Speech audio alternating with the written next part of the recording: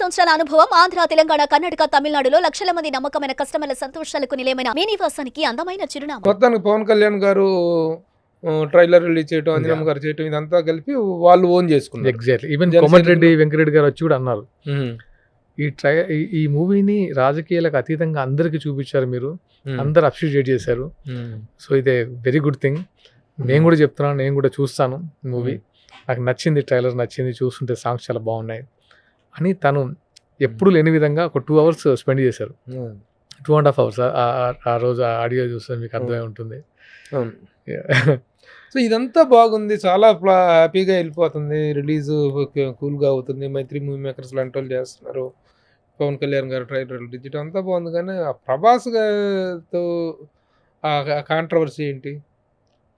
Prabhas cinema చేసి తప్పు చేశాను అనేటువంటి హెడ్ లైన్స్ తోటి, థంబ్ లైన్స్ తోటి సోషల్ మీడియాలో వైరల్ అవుతుంది.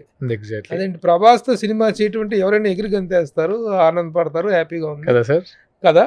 మరి ఏంటి అదే చెప్తాను. ఈ కాంట్రాస్ట్? నేను ఇంటర్వ్యూస్ ఇస్తాను సార్, దాంట్లో చెప్పిన కంటెంట్ ఇది ఉండదు. తమ్ముళ్ళు మాత్రం క్యూరియస్గా ఉండాలని ఇలా పెడుతున్నారు. దానివల్ల ఏమవుతుందంటే ఇలాంటి కాంట్రవర్సీస్ రేజ్ అవుతున్నాయి. బేసిక్గా ప్రభాస్ గారు అంటే నాకు చాలా ఇష్టం. ఎందుకంటే నేను మిస్టర్ పర్ఫెక్ట్ షూటింగ్లో ఉన్నప్పుడు ప్రభాస్ గారితో ఉన్న ఇంటరాక్షన్ ఎలా ఉండేదంటే, ఆయన ప్రతి ఒక్కరిని కంఫర్టబుల్ చేసి దగ్గర తీసుకుంటారు. సేమ్ యాజ్ నన్ను కూడా అలానే తీసుకున్నారు. ఇన్ఫ్యాక్ట్ ఒక ఇన్సిడెంట్ చెప్తాను. ప్రభాస్ గారి కాస్ట్యూము, తన కోట్ ఒకసారి ఒక సీన్లో చూసి నాకు ఇచ్చేసి ఇది వేసుకో బాగుంటుందని తన కాస్ట్యూమ్ ఇచ్చారు. అంత స్వీట్ పర్సన్. మా మధ్య ఎటువంటి, అంటే ఆయన స్థాయి పెద్ద స్థాయి అయినా సరే మనతో మింగిల్ అయిపోయి మనకు కోఆపరేట్గా ఉంటారు. I respect him lot. ఆయన ఎక్కడ ప్లాన్ చేస్తారు. నేను ఆయన గురించి మాట్లాడేది అసలు మాట్లాడితే ఏమవుతుందో అర్థం కావట్లేదు. నేను మాట్లాడింది ఏంటంటే, నేను మిస్టర్ పర్ఫెక్ట్ చేయాల్సింది కాదు. ఎందుకంటే ఆ టైంలో నాకు చెప్పింది వేరు డైరెక్టర్ గారు, జరిగింది వేరు. దీనిలో ప్రభాస్ ఎక్కడున్నారు సార్? ప్రభాస్ గారు ఎక్కడున్నారు సార్? ప్రభాస్ గారు లేరు. కాకపోతే ప్రభాస్ గారుతో అసలు నాకు కంపారిజన్ ఏముంది అసలు? ప్రభాస్ గారు ప్రస్తావన లేదు. అండ్ ఇంకోటి ఏంటంటే, నేను రిగ్రెట్ అయిన మాట వాస్తవం. ఎందుకంటే నాకు చెప్పిన క్యారెక్టర్ అనే వేరు, చేసింది వేరు, కాబట్టి నేను డెఫినెట్ రిగ్రెట్ అవుతాను. మధ్యలో ప్రభాస్ గారిని ఎందుకు ఇంక్లూడ్ చేస్తున్నారని, ప్రభాస్ గారితో నాకు ప్రభాస్ గారు అంటే అసలు ఇండస్ట్రీ మొత్తం ఆయనకు అజాత శత్రువు నా దృష్టిలో. ఆయనకు ఎవరు అసలు ఆయన గురించి నెగిటివ్గా మాట్లాడరు. నేనేలా మాట్లాడతాను అసలు? నాకు అసలు ఒక్కోసారి అవి చూస్తుంటారు, ఎందుకు నన్ను ఇలా తిట్టుకుంటున్నారు. నేను కూడా నాకు కూడా ప్రభాస్ గారు అంటే చాలా ఇష్టం. సో అది ఏదో మిస్అండర్స్టాండింగ్, ఆ థంబ్నెయిల్స్ వల్ల ఇలాంటి ప్రాబ్లమ్స్ క్రియేట్ అవుతున్నాయి. థంబ్నెయిల్స్ వల్ల తెలియకుండా ఇలాంటి కాంట్రవర్సీస్ వస్తున్నాయి. కానీ అది ప్రభాస్ తో ఎలాంటిది లేదు. ప్రభాస్ గారు అంటే నాకు చాలా ఇష్టం అండి. ఆ థంబ్నెయిల్ వల్లే నాకు తెలియకుండా నన్ను ఆ తర్వాత కూడా 2-3 సినిమాలు వదులుకున్నట్టున్నారు మీరు. అది సార్, అంటే నేను వదులుకుంది ఏంటంటే, క్యారెక్టర్స్ చేయాలంటే కొంచెం ఇబ్బంది పడ్డాను. ఇప్పుడు డైరెక్టర్ చెప్పింది అక్కడ జరగపోతే మళ్ళీ నా కెరీర్ వైజ్ నేను నాది డిగ్రేడ్ అయిపోతాను కదా సార్. అందుకు నేను క్యారెక్టర్స్ చేయాలని అనుకోలేదు. అంతేగాని ఇది టోటల్గా అసలు మీరు మాట్లాడుతుంటే నాకు సర్ప్రైజ్గా ఉంది. నిజం, అన్ని చోట్ల అది ట్రోల్ అవుతుంది. ఏంటి ప్రభాస్ గారి ఫ్యాన్స్ ట్రోలింగ్ వాళ్ళకి డైరెక్ట్ గా what is the appeal you want to give them? Prabhas గారి ఫ్యాన్స్ కి టు ద కెమెరా ప్రభాస్ గారి ఫ్యాన్స్ కి చెప్తున్నాను, ఐ లైక్ ప్రభాస్ గారు so much. Is a sweetest person. ఆయన ఒక ఇన్సిడెంట్ కూడా చెప్పాను, ఆయన ఎంత బాగా చూసుకుంటారో, ఎంత ఫ్రెండ్లీగా ఉంటారో. ఏదో థంబ్నెయిల్స్కి మీరు హట్ అయ్యి అనవసరంగా ఇబ్బంది పడొద్దని నేను అనుకుంటున్నాను. ఎందుకంటే I respect all the heroes. నా గురించి మీకు తెలిసి ఉంటుంది, ఏ హీరో గురించి కానీ ఏ మనిషి గురించి కానీ నేను ఎప్పుడు తప్పుగా మాట్లాడను. నా లైఫ్లో ఇన్సిడెంట్ ఏంటంటే, మిస్టర్ పర్ఫెక్ట్లో నేను అనుకున్న క్యారెక్టర్ చేయలేకపోయానని తప్పితే దానికి ప్రభాస్ గారికి ఎటువంటి సంబంధం లేదు. మీరు అర్థం చేసుకోవాల్సిందిగా కోరుతున్నాను. ఐ లైక్ ప్రభాస్ గారు. అది ఏంటి అసలు, ప్రభాస్ గారిని ఇష్టపడి మనిషి వాడు ఉంటాడా?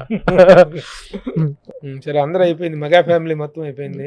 మెగా స్టార్ తో ఏంటి, what is your attachment or ఆయనతో ఉన్నటువంటి పరిచయం కానీ, ఆయన గురించి మీ ఇది కానీ? సార్ నేను ఎందుకో అంటే ఎప్పుడు ఓపెన్ అవ్వలేదు. అంజనమ్మ గారి దగ్గర కానివ్వండి, నాగబాబు గారి దగ్గర కానివ్వండి, కళ్యాణ్ గారి దగ్గర కానివ్వండి, నాకు ఎప్పుడు అది తెలియకుండా ఒక చిన్న చనువు ఉంటుంది అన్న. అది వెన్ కమ్స్ టు చిరంజీవి గారు, అంటే చిన్నప్పటి నుంచి ఆయన్ని అలా అంటే ఎలా అంటే ఆయన చూసే విధానం ఏంటంటే తెలియకుండానే ఇలా ఆగిపోయి ఒక కొంచెం అది ఉంటుంది, ఒక స్థానం అయిపోవడం ఉంటుంది. సో ఎప్పుడు అనుకుంటాం కదా ఈ మధ్య ఒక మంచి హిట్ కొట్టి ఆయన దగ్గరికి వెళ్ళి ఒక హిట్ అంటే ఒక టీం వల్ల వెళ్ళి ఆయనతో బ్లెస్సింగ్స్ తీసుకుంటా కదా, అది చేయాలనే ఫీలింగ్ ఉంది నాకు అసలు. అంటే ఇప్పుడు చెప్తున్నా టక్మని ఒక మంచి హిట్ కొట్టేసి ఆయన దగ్గరికి వెళ్ళి బ్లెస్సింగ్స్ తీసుకొని ఎస్ ఒక మంచి కంటెంట్ ఇచ్చాం అని ఆయన చెప్పాలని అది ఉంటుంది ఎప్పుడు కళ్ళకి అంటున్నాం. అది అంతే కదా, ఆయనతో ఎంతున్నా ఆయన చూసే విధానం డెఫినెట్గా వేరు ఉంటుంది. చెప్పాను కదా, ఎప్పుడు కలిసింది లేదా? కలిసాం 2 times కలిసాం, కానీ నేను అంత ముందుకు వెళ్ళను. చూసేసి తెలియకుండా కొంచెం ఏదో తెలియని నర్వస్ ఫీలింగ్ ఉంటుంది. అది అంటే ఒక ఇన్సిడెంట్ వల్ల ఏమో. నేను చెప్పాను కదా ఒకసారి మీకు, మా కాలేజీలో అప్పుడు అందరికి తెలుసు ఎల్బీ స్టేడియంలో స్టార్ క్రికెట్ ఆడారు, ఏదో సమ్ ఫండ్ రైజ్ చేయడానికి. ఆ టైంలో మేము అక్కడ గౌతమ్ కాలేజీలో లాంగ్ టర్మ్ కోచింగ్ చేస్తున్నాం. అందరు ఇంకా ఒకవైపు చిరంజీవి గారి ఫ్యాన్స్, ఒకవైపు బాలకృష్ణ గారి ఫ్యాన్స్ కూర్చొని టీవీ ముందు ఇలా అసలు అంటే ఆ క్రేజ్ అలాంటిది. చిరంజీవి గారు బ్యాట్ తీసుకున్నారు, మేము అందరం అసలు కేరింతలు కొట్టాము. తర్వాత ఆయన ఇలా బ్యాట్ సర్దుతుంటేనే మేము సర్దుతున్నాం ఇట్లా, అంటే మనం సర్దున ఫీలింగ్. టక్మని డక్అవుట్ అయ్యారు, అందరు కామ్ అయిపోయారు. అంటే ఎక్కడ చూసినా పెండ్ ఆఫ్ సైలెన్స్ అసలు. అంటే ఎలా ఉందంటే ఒక్కసారి ఉత్సాహం అంతా నీరైపోయి తగ్గిపోయింది ఇలా. తర్వాత మేము సైలెంట్ అయిపోయాము కొంచెం, అంటే ఏదో తెలియని నిరుత్సాహం స్టార్ట్ అయింది. అవతల బాలకృష్ణ గారు బ్యాటింగ్ స్టార్ట్ చేశారు, సిక్స్లు కొడుతున్నారు, బేసిక్గా క్రికెటర్ కాబట్టి. అది వాళ్ళు స్పోర్టివ్ ఆడుతున్నారు, ఆ విషయం మాకు తెలియదు. చాలా స్పోర్టివ్, అది స్పోర్టివ్ మ్యాచ్. మేము భరించలేక ఆ టీవీని తీసుకెళ్ళి బయట వేసేసాం. ఒక దుమ్మి జరిగింది, ఏది ఉంటే అది పెట్టి కొట్టేసుకున్నాం, తెలియకుండా స్టాపింగ్ జరిగినాయి. స్టాపింగ్ జరిగేది అంటే చిరంజీవి గారు మా లైఫ్లో, మా పర్సనల్ లైఫ్కి అంత అటాచ్మెంట్. ఆయన ఓటీఎం అనేది ఎక్కడ స్టూడెంట్స్ ఎక్కడ ఏం చదువుతున్నప్పుడు, అప్పుడు ఇంటర్మీడియట్ లాంగ్ టర్మ్ గౌతంలో. ఓకే. సో అందరిని సస్పెండ్ చేశారు.